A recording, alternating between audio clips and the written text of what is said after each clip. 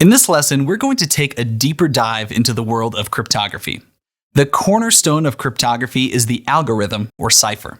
Cipher is just a fancy word for the series of steps that are taken for data to be encrypted or decrypted.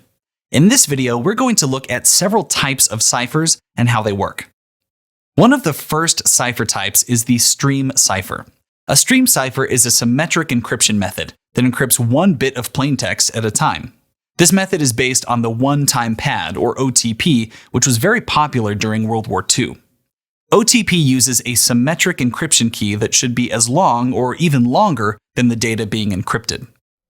For example, if you had a small message that was only 15 bits long, a random 15-bit key would need to be generated. That key can then be used to encrypt your message using a process called exclusive ORing, or XORing. XORing means that we compare two strings, our message and our random key, to generate an output. We do this by lining them both up. If the bits match, a 0 is generated. If they don't match, a 1 is generated. The output is our ciphertext. What makes this so interesting is that this demonstrates perfect secrecy.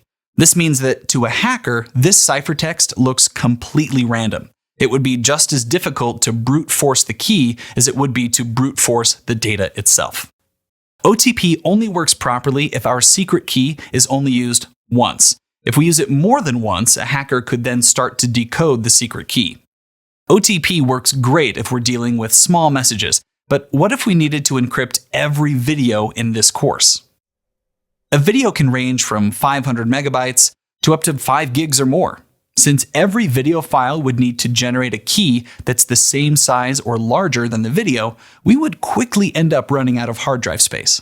So with today's data types, the one-time pad just isn't very practical. Stream ciphers offer a solution to this problem. A stream cipher can use a smaller fixed-length key that can be used repeatedly throughout the encryption process. This key is called a seed key, and in our example, we'll say that it's 2048 bits. This key is run through a pseudo-random number generator, which outputs a new and unique encryption key called a key stream. Notice that this new key matches the size of our data. The key stream is then XORed with the data to give us our ciphertext. While stream ciphers are less secure than the one-time pad, the advantage to this method is that it can be used in real time. One of the most widely used stream ciphers was RC4, but due to multiple vulnerabilities discovered, it's no longer in use. Many symmetric encryption algorithms use the block cipher method. Block ciphers, instead of encrypting our data one bit at a time, the data is encrypted one chunk or block at a time. The common block sizes used are 64, 128, or 256 bits in length.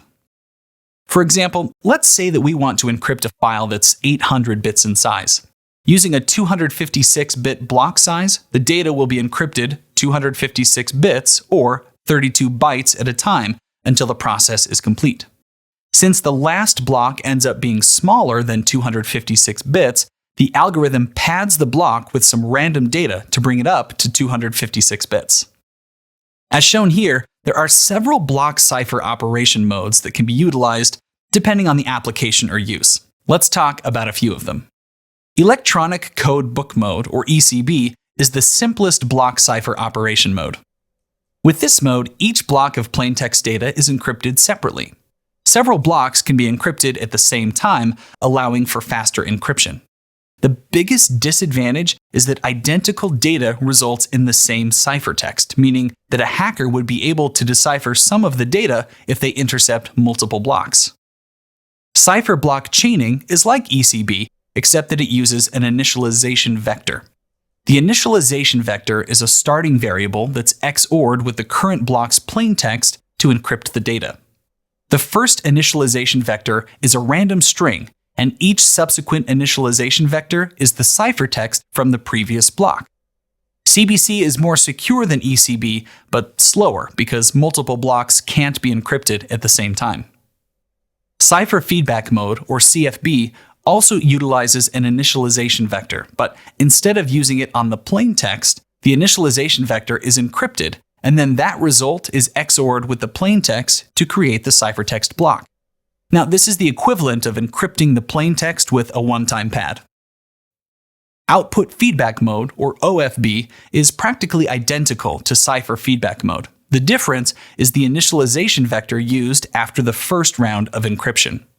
The CFB's output is XORed with the plain text, and the result is the next block's initialization vector. The process is the same in output feedback mode, except that the encryption's output is the next block's initialization vector before it's XORed with the plain text. Next, we have counter mode. Similar to ECB, every encryption process in counter mode is separate. Instead of using an initialization vector, counter mode uses a nonce combined with an encrypted counter. Nonce is simply a fancy word for a random string that's used for all blocks. The nonce's encrypted output and counter are then XORed with the plain text to create the ciphertext. The counter starts at 0 and increments every block. By combining the nonce and counter, each block is using a different value so that even if the data is the same, the output will be different. If we want to provide authentication with confidentiality, we can use the Galois counter mode, or GCM. This mode works just like counter mode. First, we have the counter and nonce encrypted. The output is XORed with the plain text to give us the ciphertext. Now here's where things get different. The ciphertext is combined with a special hash. That output contains the ciphertext along with a message authentication code that gives us assurance that the data hasn't been tampered with. Because this method is efficient and provides authentication, we see it used often with network communications, such as wireless networks and web servers that use SSH or TLS. The other block cipher modes are classified as unauthenticated encryption, and GCM is classified as authenticated encryption. There are some other encryption methods that authenticate, but the most common one is the Galois counter mode. We're putting more and more Internet of Things, or IoT devices, into our networks. The need to encrypt data has never been more important. In 2018, the National Institute of Standards and Technology, or NIST, began the process of standardizing encryption algorithms called lightweight cryptography for these types of devices. Many IoT devices are small, low-powered devices that don't have the resources to handle the encryption methods we've covered.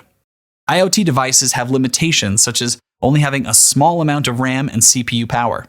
Some devices even run on batteries. Lightweight cryptography algorithms must take this into account and still provide high levels of security while being efficient. One huge risk with all encryption is that the data must first be decrypted before it can be used. Homomorphic encryption addresses this concern by allowing encrypted data to be used without decrypting it first. This is done by performing mathematical operations on the ciphertext instead of on the actual data itself. Homomorphic encryption works like other asymmetric encryption methods by using a public key to encrypt the data and a private key to decrypt it. It helps to look at data as math problems to better understand the differences in the types of homomorphic encryption. There are 3 types of homomorphic encryption. Partially homomorphic, which allows for only simple mathematical operations like addition and subtraction to be performed. Somewhat homomorphic, which allows for more complex math, such as multiplication, to occur, but only for a limited number of times.